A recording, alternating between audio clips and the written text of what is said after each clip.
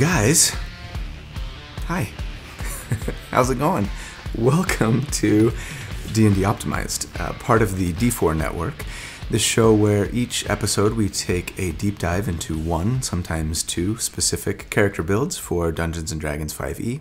We crunch numbers on them, we theorycraft about them, and basically we just try to create a character that's both really fun and also really powerful to play in-game. So if you enjoy creating characters for D&D almost as much as you enjoy playing the actual game, then welcome home. This is where you belong, and we're super happy to have you. So thanks for being here. Thanks for watching. My name's Colby, and I'll be your host.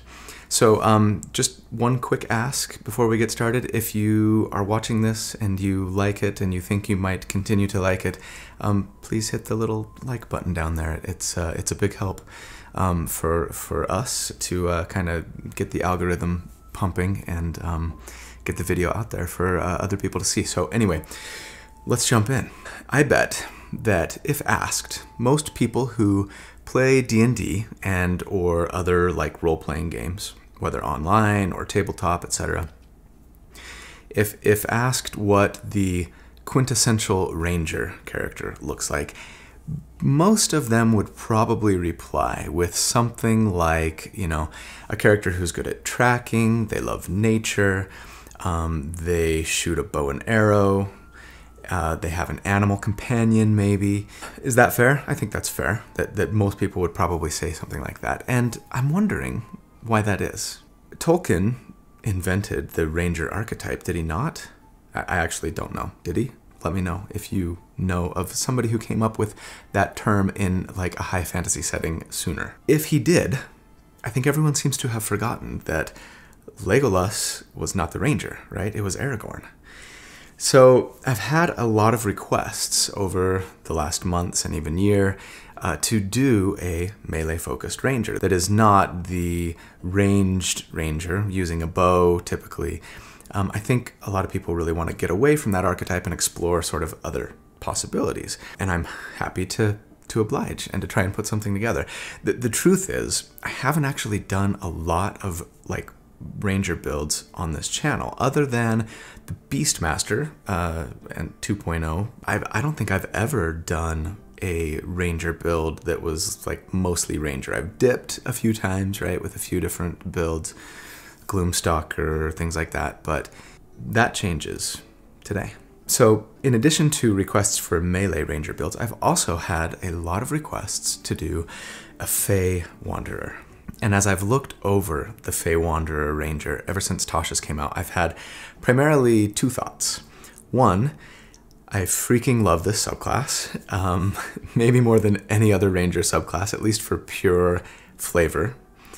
And two, I think it would be the perfect subclass to use for a melee-focused Ranger build, for one main reason, which we'll get into here shortly. So that's what we're going to do today.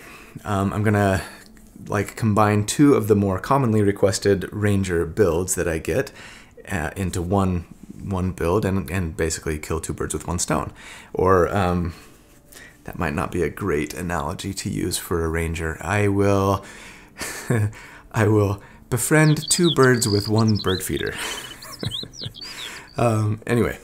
One thing to note, I don't know that there's a lot about the Fey Wanderer that really screams like burst damage or nova damage. Instead, they get some really nice features that provide a really great combination of both sustainable DPR or damage per round and also some really great like control and debuffing features. So for this build, while I will be crunching numbers for and sort of focusing primarily on building for sustained damage, sustained DPR, we are going to find some really nice ways to augment some of the other cool features that are inherent with the subclass, particularly around fear and charm, as we'll see. And so, preamble over already. That was quick. What am I at, like 5 minutes?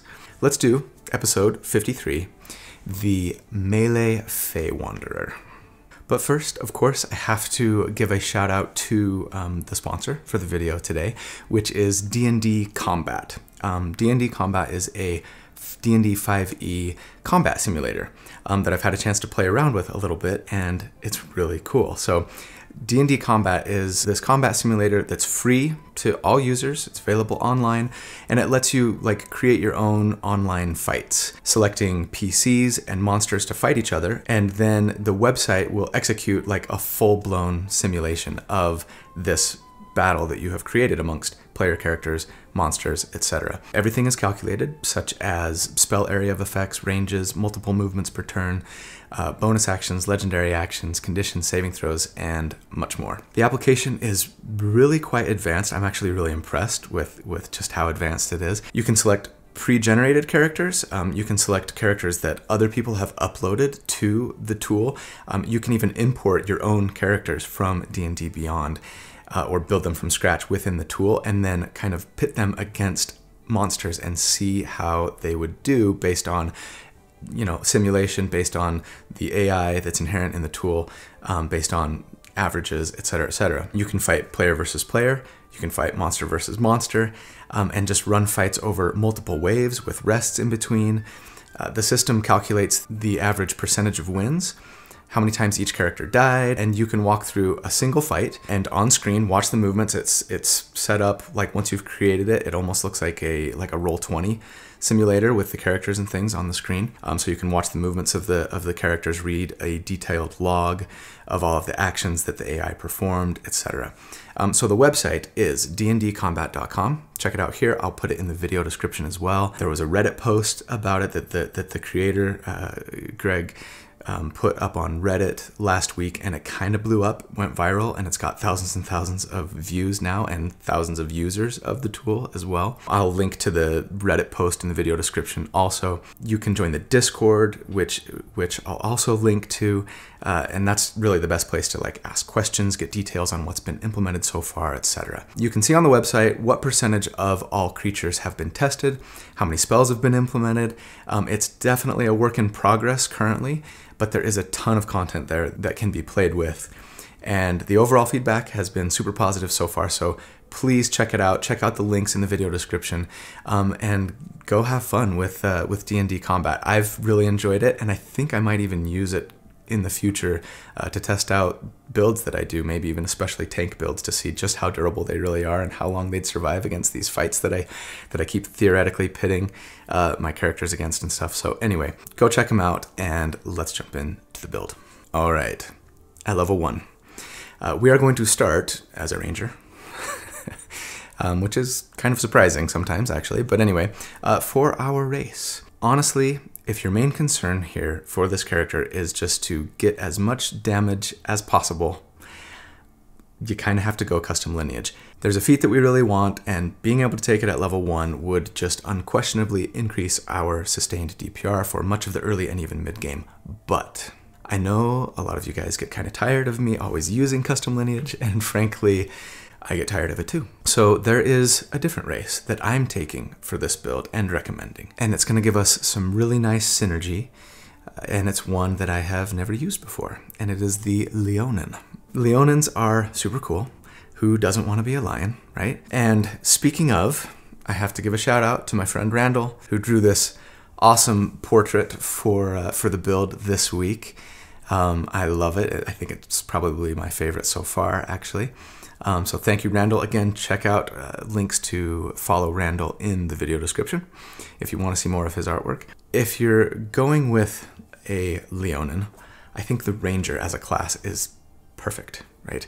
The archetypal hunter, they're at home in the wilds, they're friends with beasts. We get a couple of really nice features from Leonin as our race. Our move speed, first of all, is 35 feet. More move speed is always welcome, especially if you're a melee character. Our claws are natural weapons, which basically we'll never use. We get an extra proficiency, which is nice. And then there's the main thing that we're here for, Daunting Roar. So once per short rest, as a bonus action, we can roar, causing all creatures that are within 10 feet of our choosing that can hear us. They have to make a wisdom saving throw against our Constitution modified difficulty check. So it's going to be a 13 for us here at level 1. Or they will be frightened of us until our next turn. This means that they, of course, have disadvantage on ability checks and attack rolls as long as they can see us. and they can't willingly move closer to us. It's a really nice debuff that will definitely increase the survivability of your party, which they will all thank you for, and we get some really nice synergy with this later on. Now, the race that I was actually originally planning on taking here was the Aasimar. The Fallen Aasimar actually has a really special place in my heart because I played one in our Curse of Strahd campaign and I really loved it a lot. They also get like an area fear, but there are some major drawbacks that the Fallen Aasimar has for their fear when compared to the Leonin.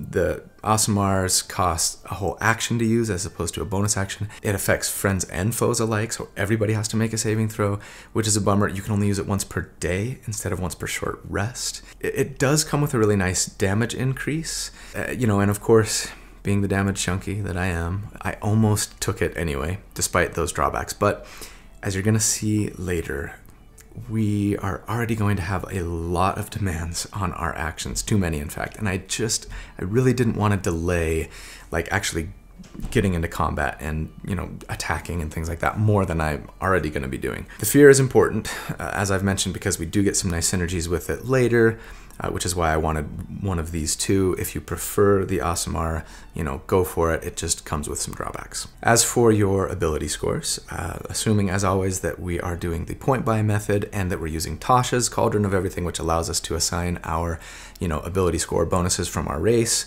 wherever we want, I'm going to recommend that we start with a 15 Wisdom and take our +2 there, taking it to 17, a 15 Constitution, taking our +1 there, so we're at 16 Constitution, and then a 14 Dexterity and whatever else you have points left over for to do. There's not a lot. As for equipment, I would recommend that we go with the gold buy method, and that we basically just purchase a quarterstaff, which is cheap, a shield, which isn't too expensive either, scale mail can be a little pricey, and then for level 1, you're going to want like a short sword or a rapier, depending on how much money you have. You're really only going to use it for this one level, so don't break the bank here, but after level 1, we're going quarterstaff for our entire career. So, channel your best inner Matt Cawthon. Wheel of Time, anybody?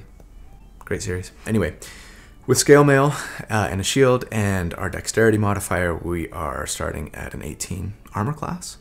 At level 1, which is really pretty nice. Again, the problem for us right now is, as far as attacking goes, we're best off probably just using a short sword or a rapier if you can afford it. Since those are finesse weapons, we can use our dexterity to make our attacks with, right? But it's still not very good. So at this point, just survive level 1. As a ranger, at first level, we are going to take the Deft Explorer option. So Tasha's Cauldron of Everything, for those who don't know, gave a lot of nice optional features for Rangers, and we're basically going to be using all of them. So this is from Tasha's, like just about every other feature that we get as we level up. So at level 1, we get Deft Explorer, which comes with a variety of features as you gain levels. It replaces Natural Explorer from the Player's Handbook. At level 1, this means that we get Canny, which lets you pick a skill that you're proficient in and basically double the proficiency bonus that you get for that skill.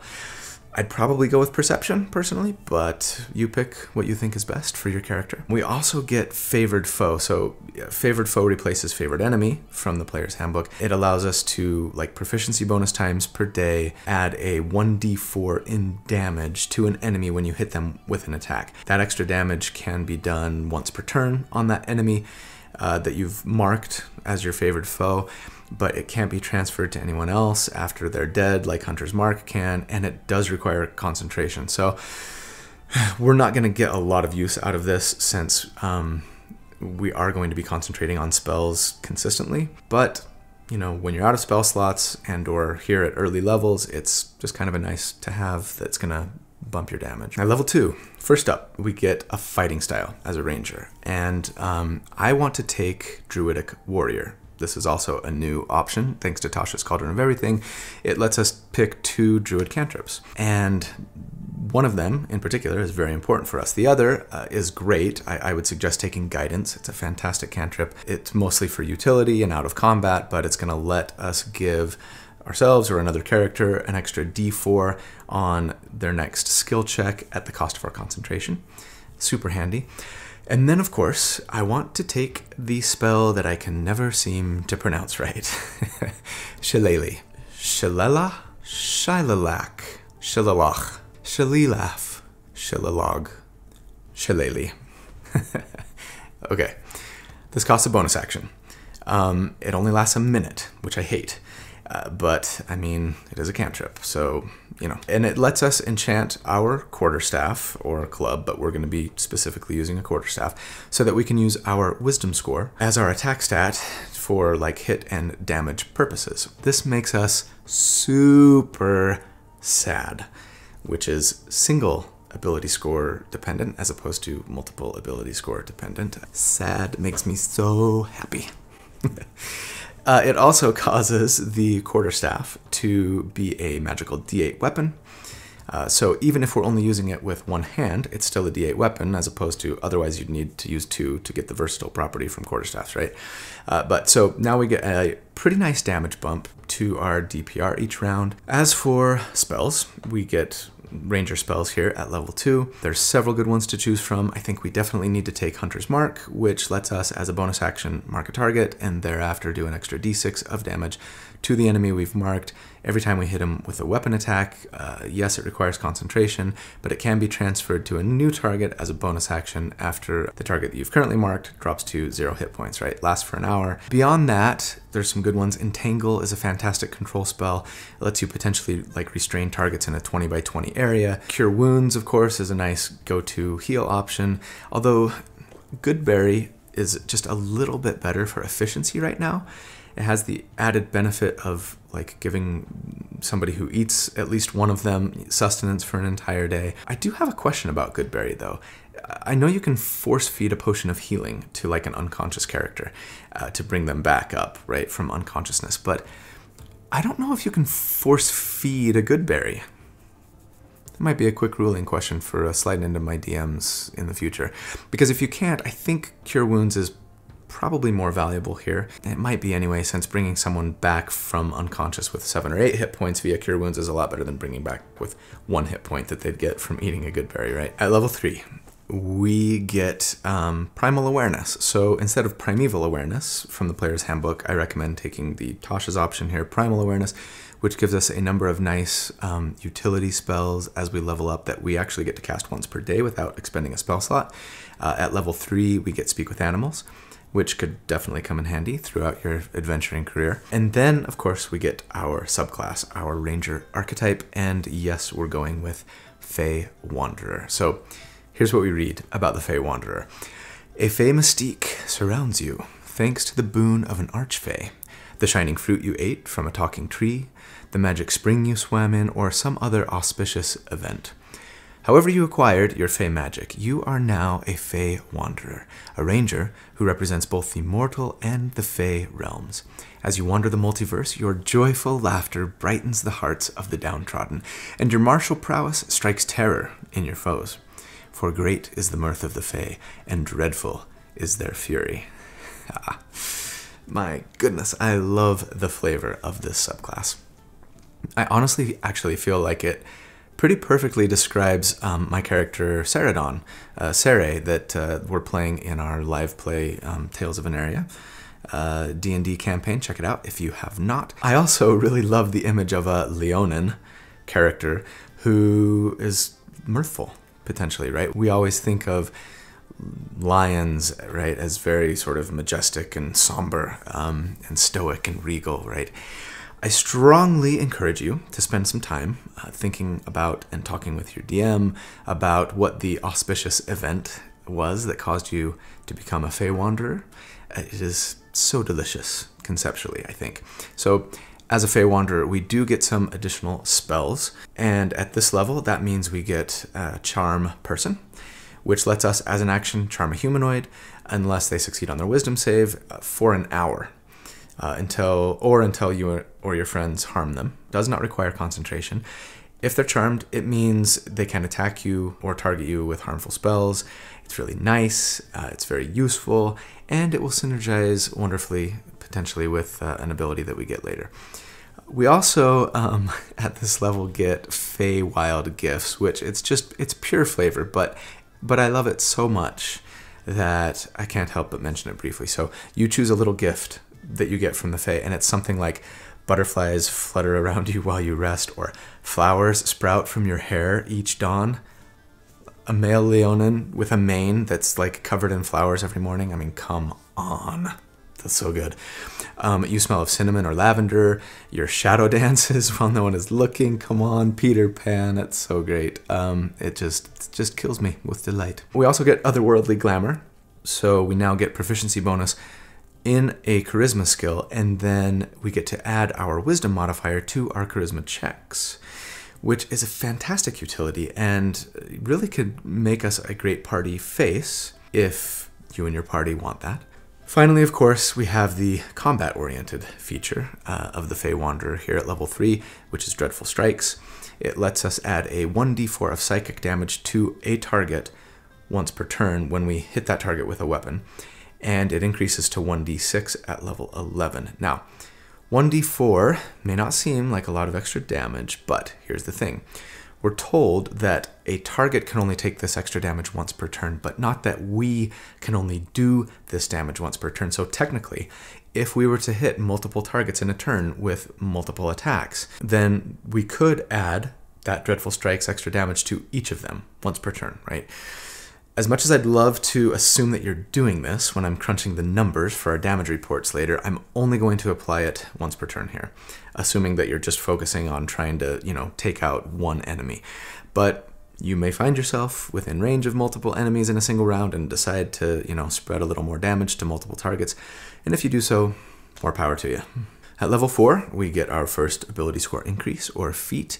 And, this is what I really wanted to take at level 1 with like a custom lineage or a variant human, and it's Polearm Master. That's the feat that I want here. It's a really nice thing to have on somebody who's using a quarterstaff, even. Not necessarily just halberds or glaives here, right? It tells us that if we take the attack action using a variety of weapons, including the quarterstaff, we can make a bonus action attack with the opposite end of that weapon, the butt of the weapon, as we like to call it. Though in this case, that bonus action attack, that butt action is only a d4 of damage. Still, it does let you add your ability score modifier to that attack because it's using the same weapon that you made your initial attack with, which again, for us, is Wisdom, thanks to Shillelagh. And, also any other potential on-hit abilities that you have going. It's just a really nice way to weaponize our bonus action when we can. We also, as part of the Polearm Master feat, get to make an opportunity attack against a target when they first enter our reach, instead of just when they leave it, right? It's a nice little extra jab that we get to hit somebody with when they move up to attack us. At level 5, we get extra attack, first of all. This is very welcome. So now each round we can potentially get 3 attacks, right?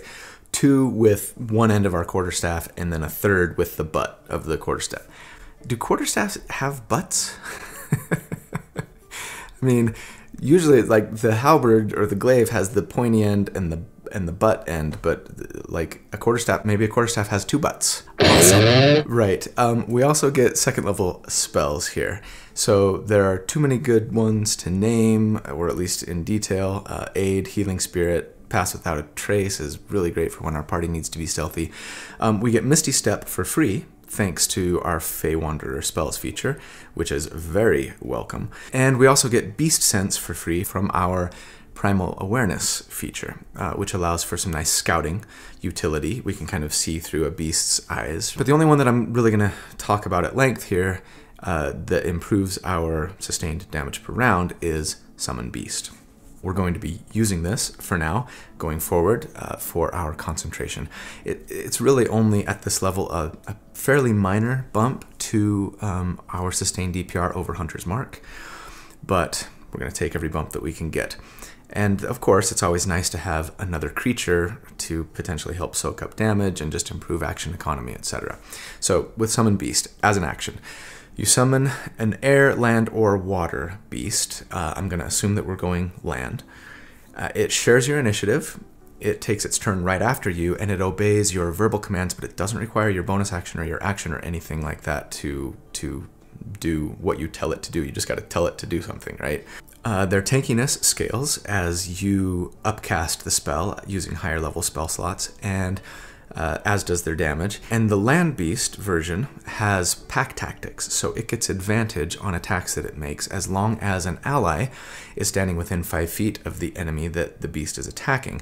Fortunately, you are a melee ranger, so this should pretty much always be the case. Just make sure that you and your summoned beast are always attacking the same target. Now, it uses your spell attack to hit, and this is why I think that that we synergize so well with a wisdom-based, melee-focused ranger here, as opposed to like most dexterity-based rangers or even sometimes strength-based, right? Because now we don't have to choose between, like, do I want to bump my dexterity so that I hit more often, or do I want to bump my wisdom so that my summoned ally hits more often?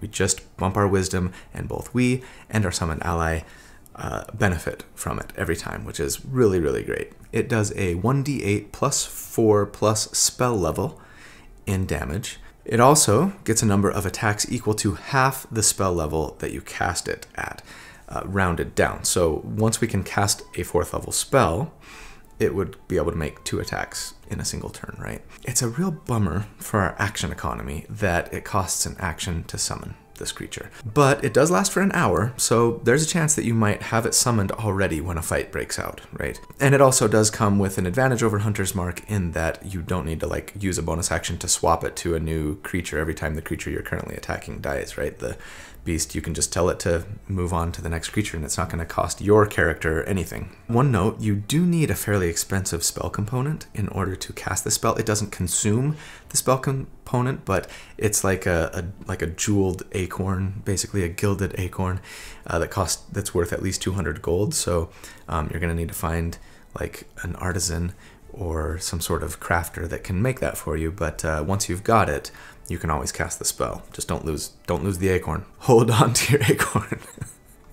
All right, at level 6, our Deft Explorer feature gives us the roving ability, which basically just increases our move speed by 5 feet, which now means that we have a 40 feet move speed, which is really quite good. And we can climb and swim at that speed as well, which will be super nice for those probably rare occasions that you need to do that. Also, our favored foe goes up to a 1d6 if we ever find ourselves using it, which I'm guessing will be rarely. All right, so for damage report at level 6, this is what combat looks like for us right now. Since Summoned Beast lasts for an hour, ideally you would have them summoned before combat started. Of course, this won't always be the case. So in that case, on round 1, you'll cast Summon Beast as your action, and while I would then really love to use Shillelagh for our bonus action, unfortunately, we can't cast a spell of 1st level or higher as our action and then cast another spell as a bonus action, even if it's a cantrip. Your DM may give you a pass, but rules as written, if you ever cast a spell as a bonus action, even if it's a cantrip, you can't cast any other spells that turn unless it's a cantrip with a casting time of 1 action, right? So I think it's dumb, personally, but them's the rules. This is actually one of the main reasons why I decided to go with the Leonin for our race, because on that first round where we're casting like a summoned beast, we didn't have a fantastic, reliable use of our bonus action, and I like being efficient with my action economy. So, you know, we cast Summon Beast and then we run up within 10 feet of as many enemies as possible and we roar, causing fear, and then our beast makes their attack. So it's not like we're doing 0 damage on round 1. And I mean, there's nothing wrong with starting a fight with a bit of like control and a nice strong debuff on enemies, right? Then on round 2, we cast Shillelagh as a bonus action and jump into the fight, you know, making our attacks. And then after that, of course, we get to use our bonus action to make attacks as well, thanks to our polearm master feat. So yes, when I calculate damage, I'm going to assume that we're getting 3 attacks with our quarterstaff and 1 attack from our summoned beast, even though we won't actually see all of that happening in the same round, probably until round 3, depending on whether or not you're able to get your beast summoned before combat starts.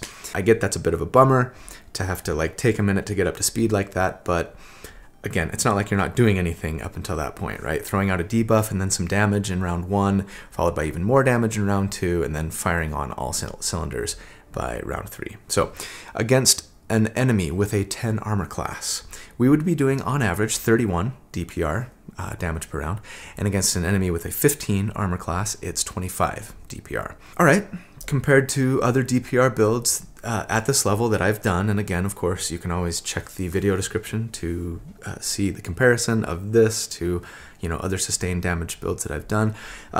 We're not great. It's not bottom of the barrel, but it's definitely like lower third. Again, those are all built for sustained damage per round, so even lower third isn't terrible, right? It's pretty decent. And also, of course, we bring a nice little debuff opener to the fight that's going to help our entire team. And Rangers have some support and utility features, some heals, things like that. And the damage is still pretty solid for a level 6 character. So let's keep going. At level 7, we get Beguiling Twist. This is a fantastic, fun, and very powerful ability. It gives us advantage against being charmed or frightened ourselves. And then whenever we, or another creature we can see within 120 feet, and this can be an ally too, succeeds on a save against being charmed or frightened, we can use our reaction to force a different creature that we can see within 120 feet to make a wisdom saving throw against our spell save DC, and if they fail, they are charmed or frightened, our choice, for 1 minute. They do get to repeat the save at the end of each turn. So, okay, there's a lot to unpack here. First off, this turns our kinda okay Leonin fear into something pretty powerful.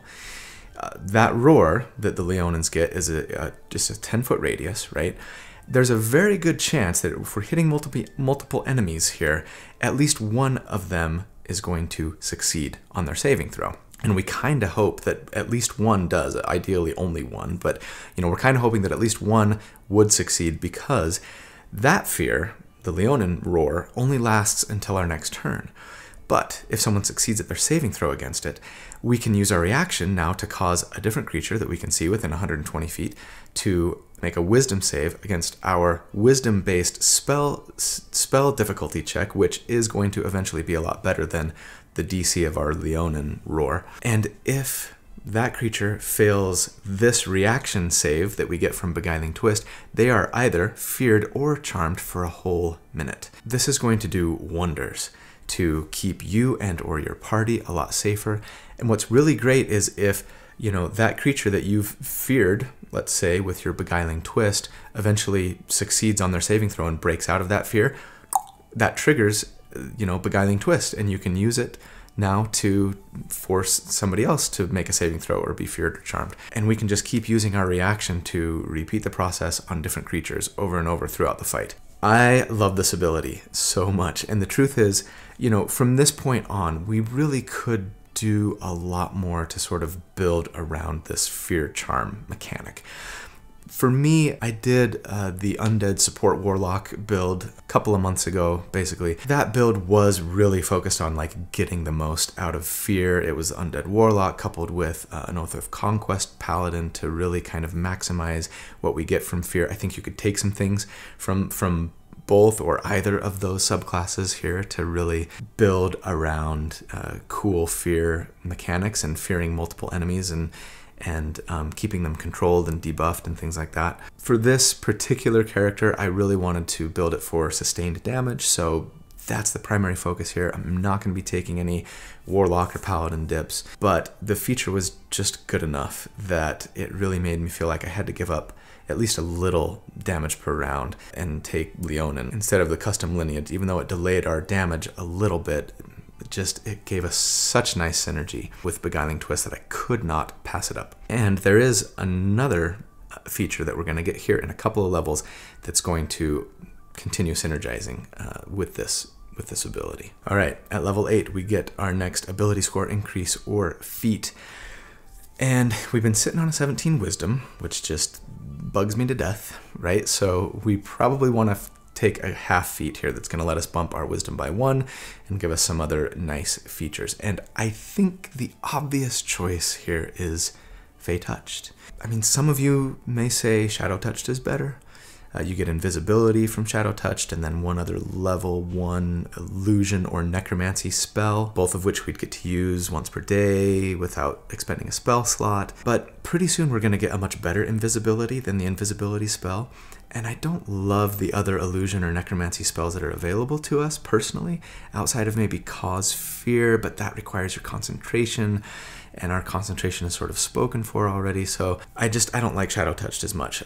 Some may argue that we ought to take Telekinetic for Mage Hand and a bonus action Shove, and those things aren't bad, but for me, I just can't imagine being a Fey Wanderer and not taking the Fey Touched feat. I don't think I could sleep at night. All of my Fey friends would be so angry, and I have tons of Fey friends. So, okay, with Fey Touched, we get to raise our wisdom to 18, and then you learn the Misty Step spell, which, I mean, okay, sure, it's a little redundant, but now we get to cast Misty Step once per day without spending a spell slot, and that's super nice, especially for a half-caster that doesn't have a ton of spell slots and is melee, so really needs mobility, right? And then we get one other first-level enchantment or divination spell that we get to do the same thing with, cast once per day without spending a spell slot. Admittedly, this spell list isn't super amazing for us, I don't think. You know, most of the best ones require concentration, but there are some nice utility ones like Comprehend Languages or Detect Magic or Identify, if no one else in your party has those. If it were me, I think I'd probably take Hex here to use like when I'm out of spell slots for my Summon Beast, and I want to get that same 1d6 per attack benefit of Hunter's Mark, but without using a spell slot once per day. And, you know, Hex comes with an additional debuff too, which is nice.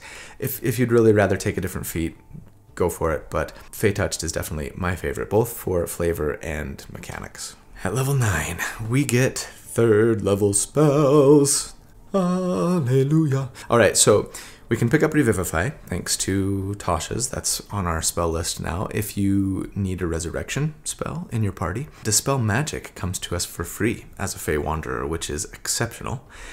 Primal Awareness gives us Speak with Plants for free, which brings some nice potential utility. And then there's one of my favorite spells, especially for this build, Summon Fey.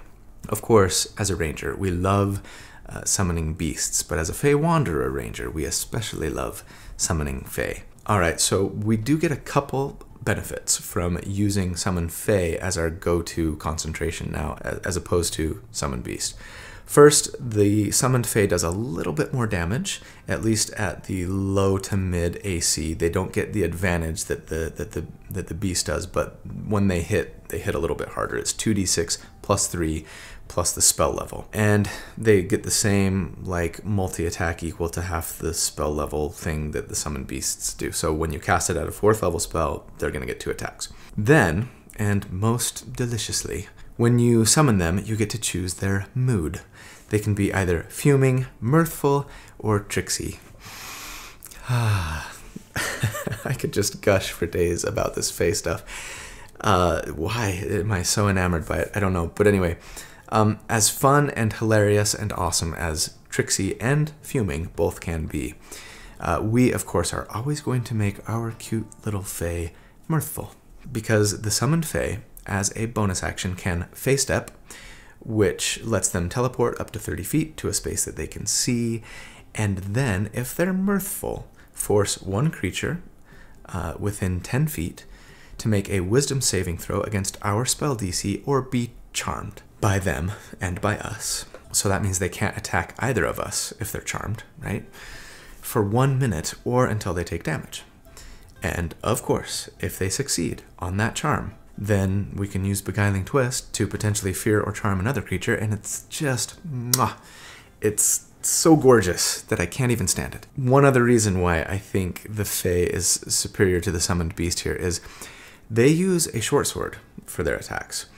Now, I think that most DMs would say that neither the Beast nor the Fey here would be making magical attacks for the sake of, like, overcoming resistance to non-magical bludgeoning, piercing, or slashing damage, right? You may disagree, your DM may disagree, citing that, you know, this is a spell which has summoned them, and therefore, you know, the damage that they do is always magical. I'm not saying you're wrong. I'm just saying that I think you're probably going to be in the minority in that opinion, and that's fine. But regardless, I'm also willing to bet that most DMs would allow you to equip this Fey that you have summoned with a magical short sword, if you happen to have one. They're obviously proficient with them. They use a short sword in combat, right? Maybe it would need to be a smaller short sword. You might need to get it specially crafted, I suppose. But this, of course, is incredibly important in that it would allow us to overcome enemy resistances, which will start to become fairly common at this level, but also, of course, allow us to increase our summoned Fey's power and damage. I'm not going to assume, when I crunch the numbers, that we have done this, that we've equipped our summoned Fey with a magical short sword. But I'm also not going to assume that the creature that they are attacking is resistant to the damage that they're doing. I think there's good argument for making this Fey able to overcome those resistances, whether because it's a spell that you use to summon them or because you've given them a magical weapon. And I absolutely am going to make this the quick ruling question for the Slide Into My DMs episode later this week, so tune in for that if you want to engage in the debate and see what my DMs think about the subject. Now, of course, talking about third level spells, I would be remiss to not mention Conjure Animals. Why do I hate this spell so much? I'll tell you why. I'll tell you why I hate it. It's because I just don't know what's going to happen when you cast it. We talked about it at length in a previous DMs, Sliding Into My DMs episode. Check it out there if you want to see the debate. But in a nutshell, I think rules as written, your dungeon master is going to pick the animals that get summoned. And that could be really awesome, or it could suck. And it's probably going to be pretty good. But it also really slows down combat, and it clogs up all of the lanes, and it makes the battlefield smell like elk poo. I don't know.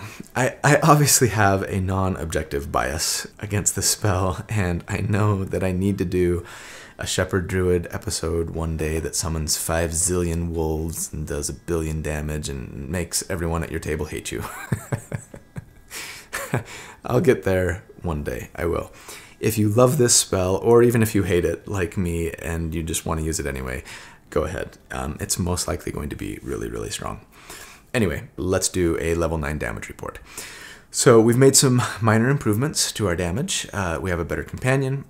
Damage-wise, we've seen a small bump to our wisdom modifier, to our proficiency bonus. The biggest power gains, though, that we've actually had in these last few levels comes from like the control and debuff options that we get from Beguiling Twist and Summon Fey. But those aren't going to necessarily show up in the damage numbers, even though they're awesome. So anyway, against an enemy with a 10 armor class, we would be doing on average 38 DPR, and against an enemy with a 16 armor class, we would be doing on average 27 DPR per round.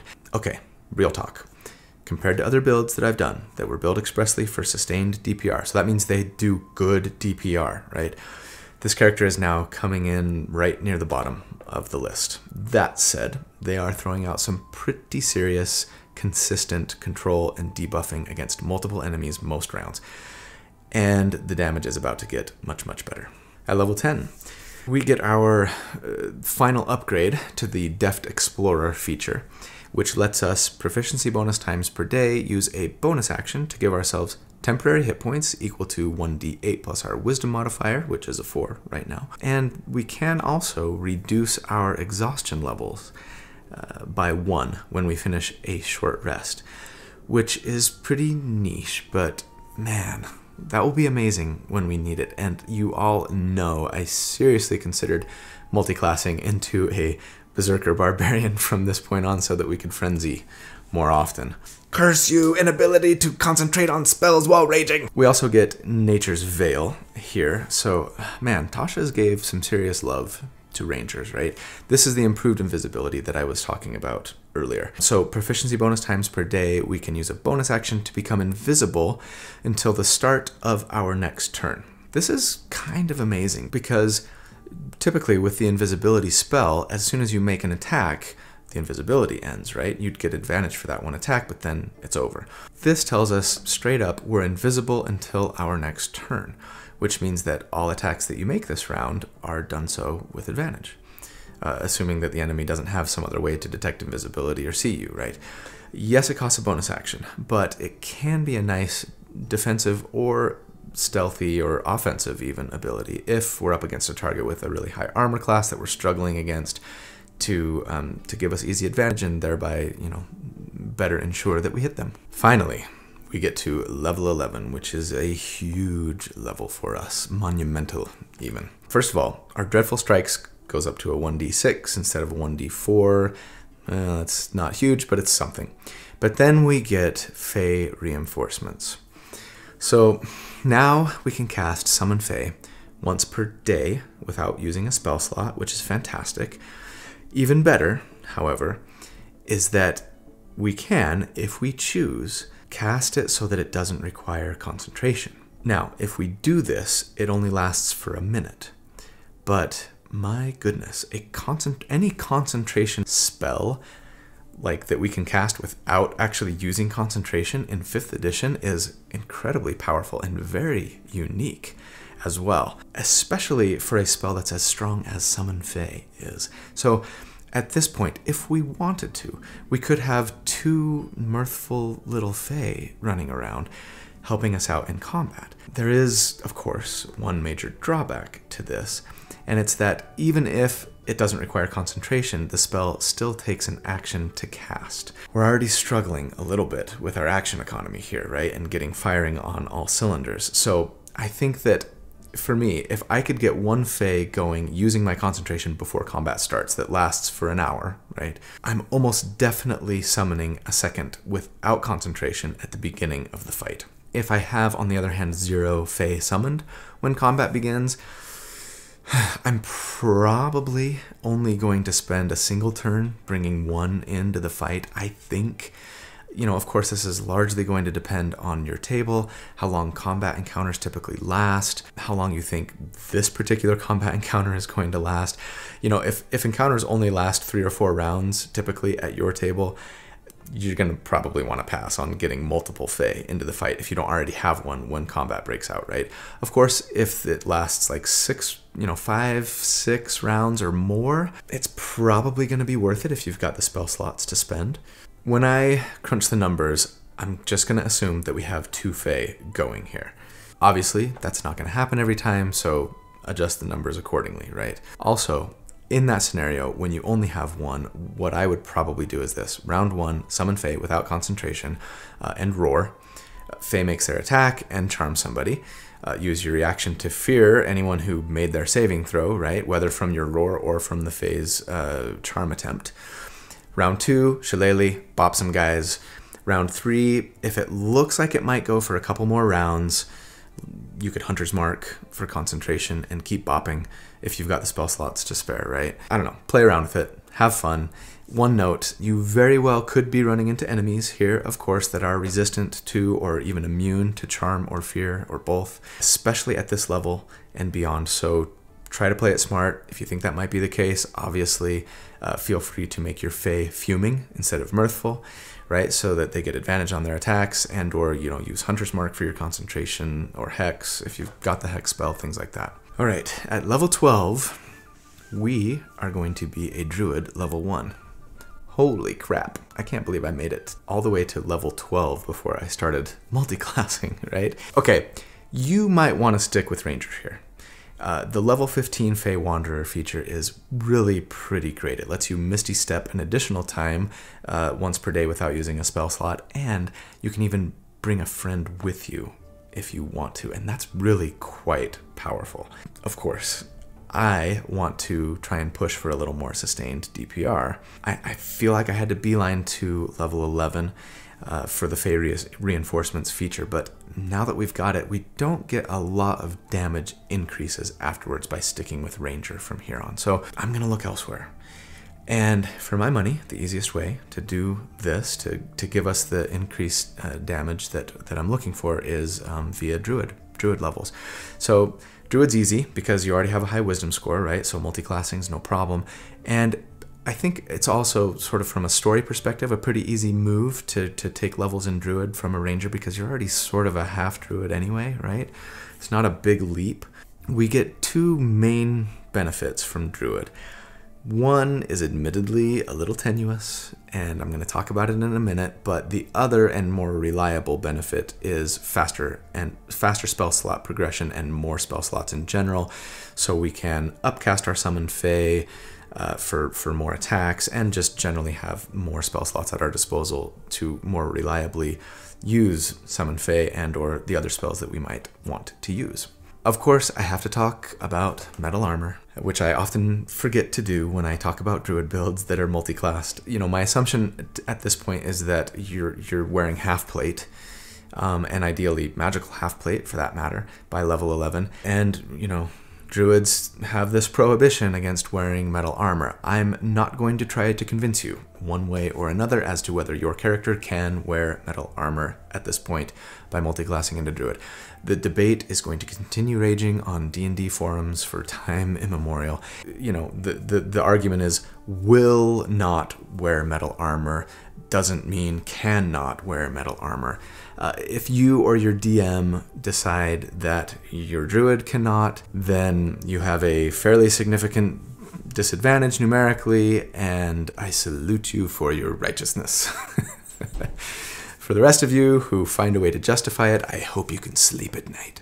Just kidding. If it were up to me, I'd just let the druid wear metal armor. But if this is an issue for you, I am very hopeful that by level 12, we can get access to some magical hide armor, or some spiked armor, or some dragon scale, or some other alternative, so that our AC doesn't suffer. And that is all I have to say about that. So, as a level 1 druid, we get druidic. We get to learn the language of druids, and it's pretty great for roleplay and utility and story. And then we also get spells, of course. So a lot of them are redundant with the ranger spells we already have access to. I will just say, as a cantrip, make sure that you pick up Shillelagh. I know we already have it. Just stay with me here for a second. And then as a first level spell, I think the one that I'd really make sure to get is Healing Word. So you can heal from range as a bonus action, which will be really nice in a pinch. At level 13, I'm actually going to go back to Ranger for a final level here in Ranger. So here's the thing.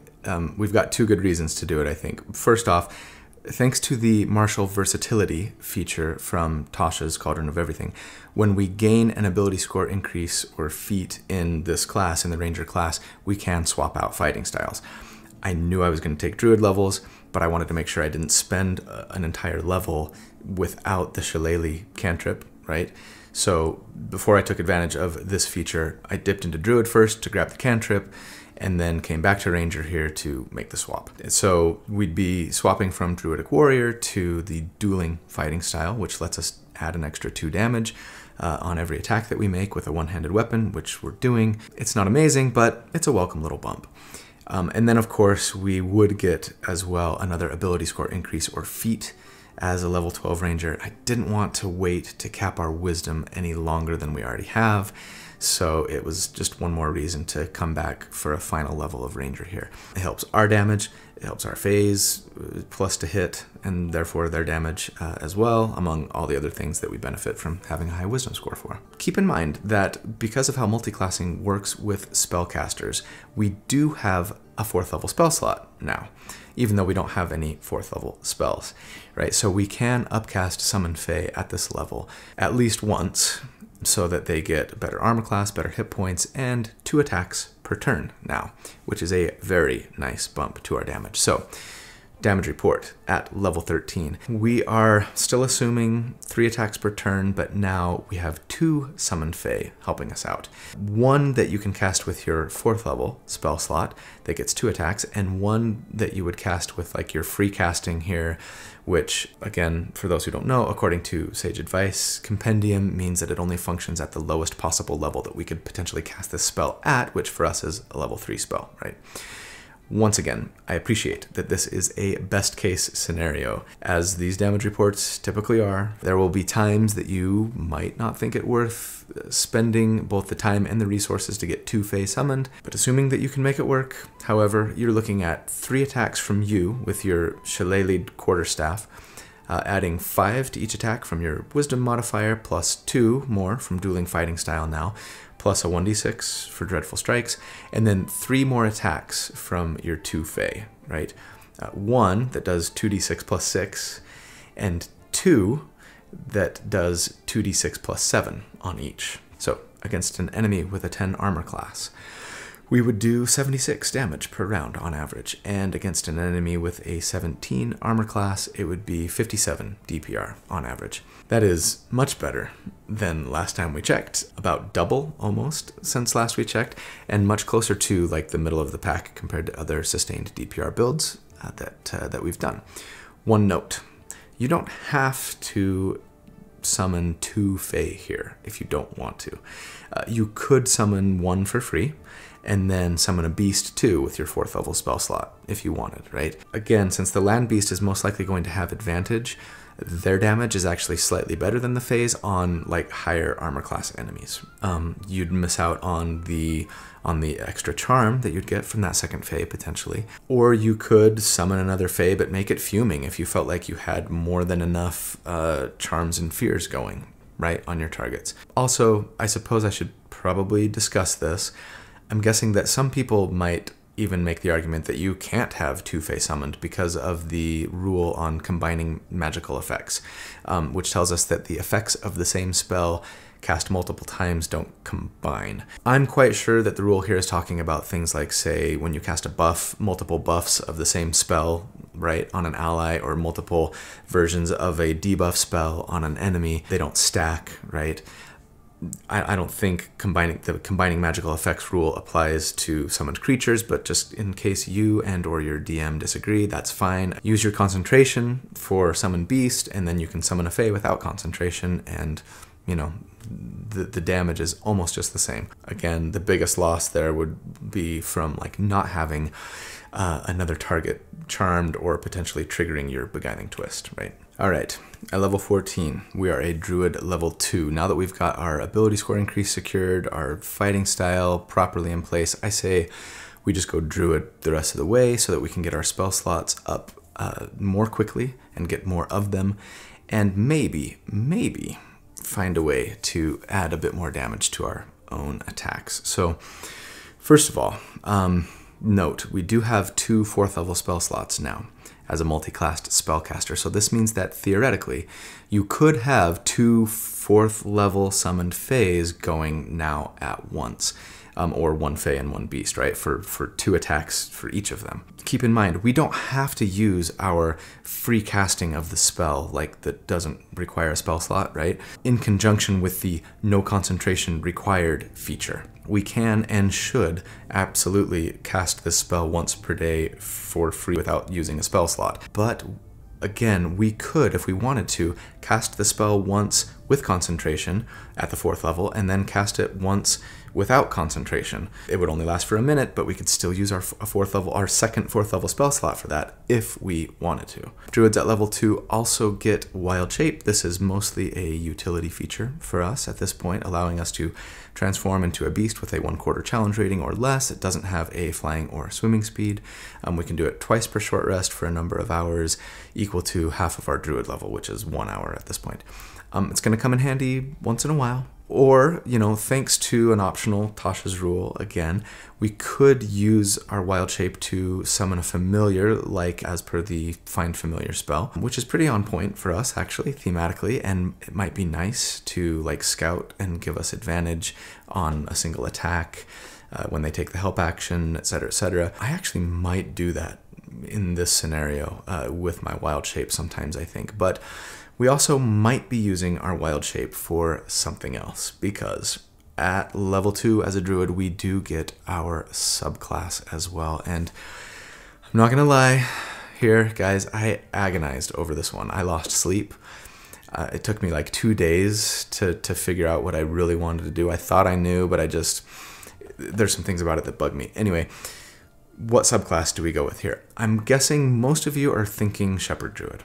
If I knew I were going to play this character until level 20, I might go this route. The Shepherd Druid doesn't really get their best buff ability until Druid level 6, which we wouldn't get until level 20. You know, go this route if you really want to, or some other route for that matter, right? There are other options, most of which would buff our utility or support primarily. You know, if we wanted another summoned creature, we could go Wildfire Druid.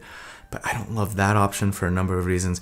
Anyway, in the end, I decided to settle on Circle of Spores, but I'll admit it's somewhat begrudgingly. First of all, thematically, it bugs me a little bit.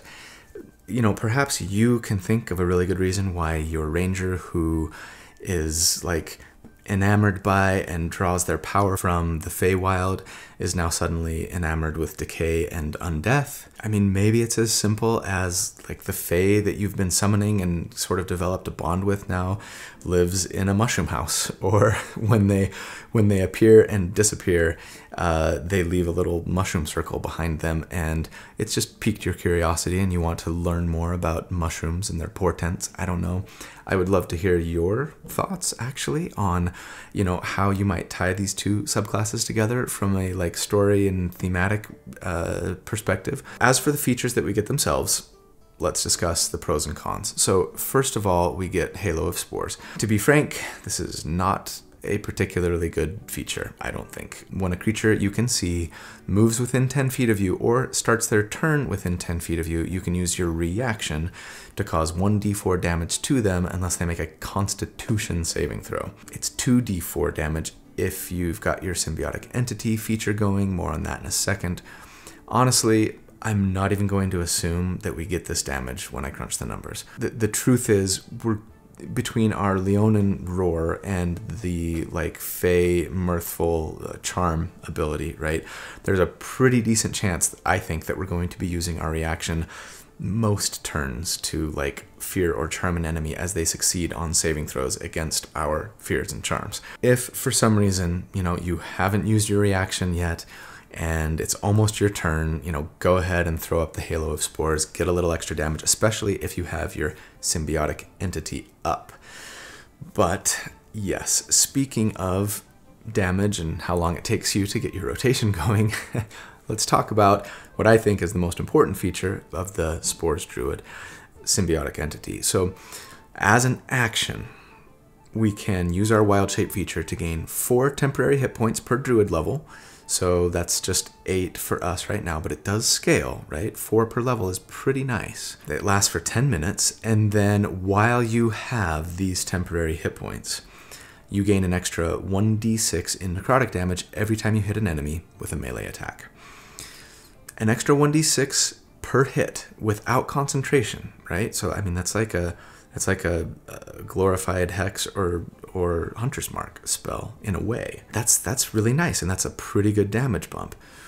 But again, of course, there are 2 big drawbacks here. One, it takes a whole action to get it going. And 2, the damage only lasts so long as you have those temporary hit points.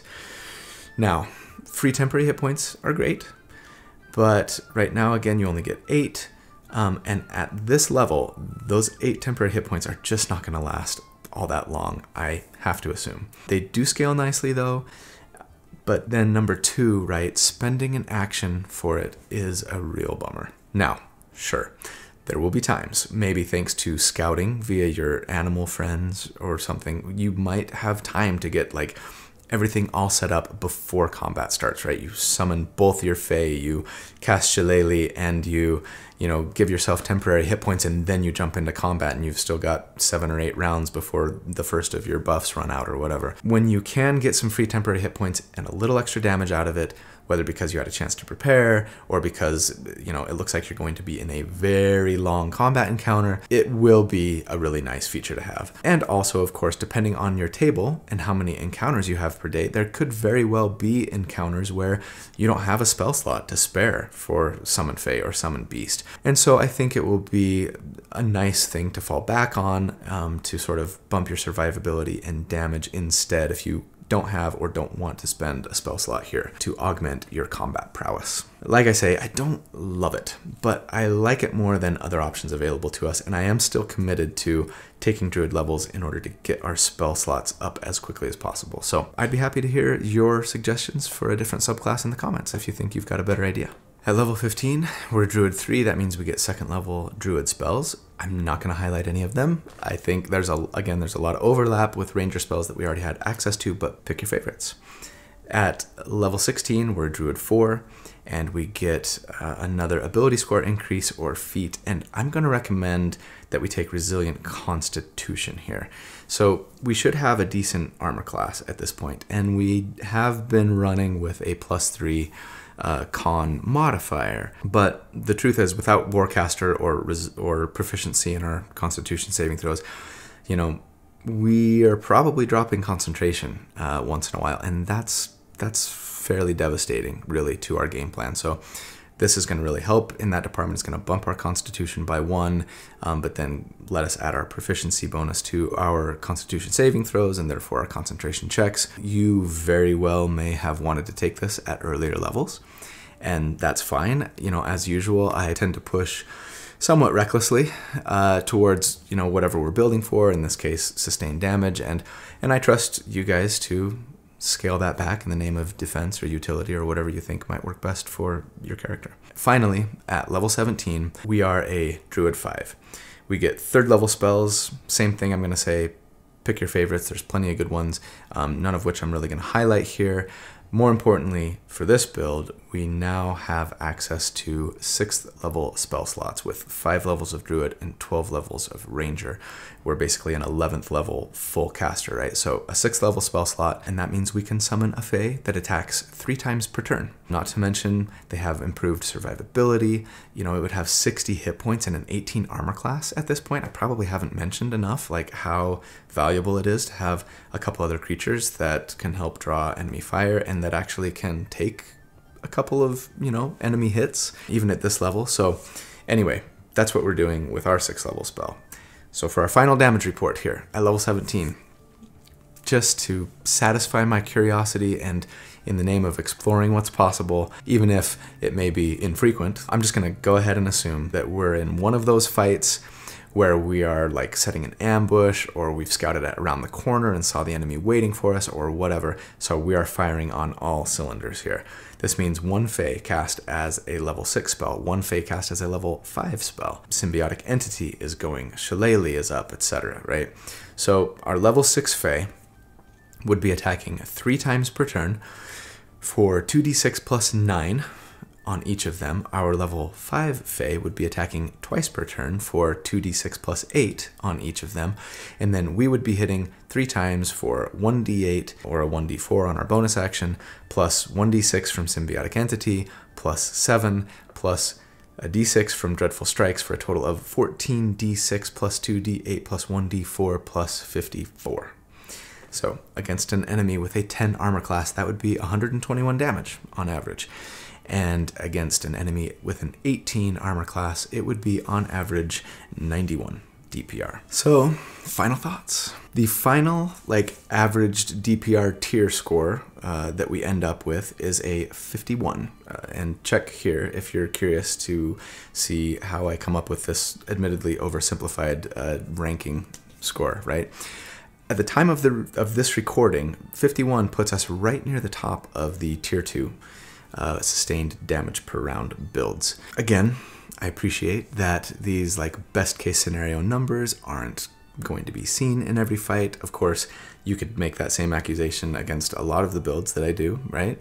And at the end of the day, these numbers are fun, but we shouldn't really take them all that seriously. I know that may seem like heresy coming from me. Average DPR numbers in vacuums don't really do a great job of simulating what actual combat looks like in D&D, right? But while the damage may not be off the charts amazing, especially if you're not firing on all cylinders, it is still quite solid. And in addition, like I've said, the build brings a lot of great like control and debuffing power, and even some support and healing, you know, capability to the table as well, creating what feels to me like a pretty well-rounded character at the end of the day, which isn't always my forte, right? More importantly than all of that, however, is for me the sheer just delicious fun flavor of the Fey Wanderer. I mean, I don't know why I love all things Fey as much as I do, but I think this character has risen like